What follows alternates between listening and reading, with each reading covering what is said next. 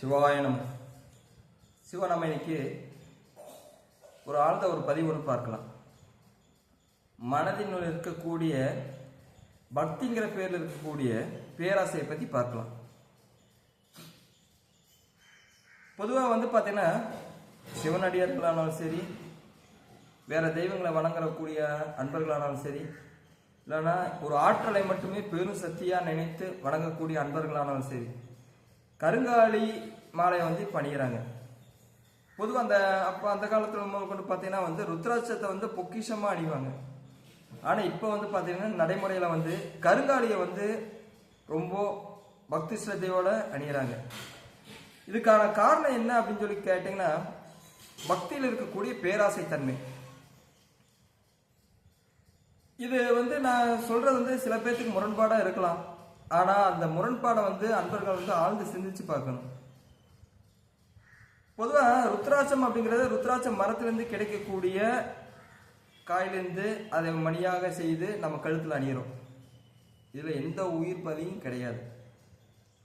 ஆனால்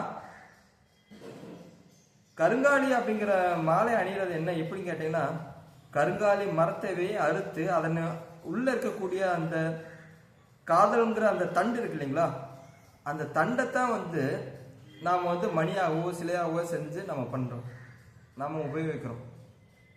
அப்போ என்ன பார்த்தீங்கன்னா, ஒரு மரத்தைவே அழித்து அதை நம்ம அணிகிறோம். அப்போ ருத்ராட்சம் தானாக கொடுக்கக்கூடிய அந்த மாலையை நம்ம அணிவது சரியா, இல்லை நம்முடைய பேராசையினால ஒரு மரத்தைவே அறுத்து அடியோடு அறுத்து அது மாலையா செஞ்சு போடுறது சிறப்பாக சொல்லி உங்களுக்குள்ள ஆழ்ந்து பாருங்க.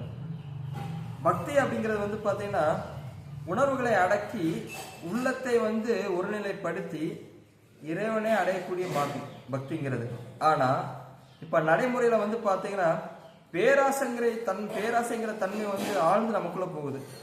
அப்போ நம்ம உடனடியாக அந்த ஆற்றல் கிடைக்கணும் அப்படிங்கிற ஒரு எண்ணத்துல பார்த்தீங்கன்னா, பல அன்பர்கள் கருங்காலி மாலை அணிய வேண்டும் அப்படிங்கிற ஒரு எண்ணத்துல ஓடுறாங்க. ருத்ராட்சத்துக்கு மிஞ்சின எந்த சக்தியும் கிடையாது. இது அன்பர்கள் ஆழ்ந்து உணர வேண்டும். இந்த தன்மை உணராமல் நாம் ருத்ராட்சத்தை விடுத்து அந்த கருங்காலி மாலையை அணியும் பொழுது அதுக்குண்டான பலன் கிடைக்குதோ இல்லையோ, ஒரு மரத்தைவே ஒரு உயிரவே அழித்த அதுக்குண்டான பிரதிபலன் நமக்கு கிடைக்கும். இதுதான் மெய்ப்பொருள் விளக்கம். சிவாய நம. சிவவாக்கிய சித்தர் திருத்தாள் போற்றி போற்றி. சிவாய நம. சிவசிவம்.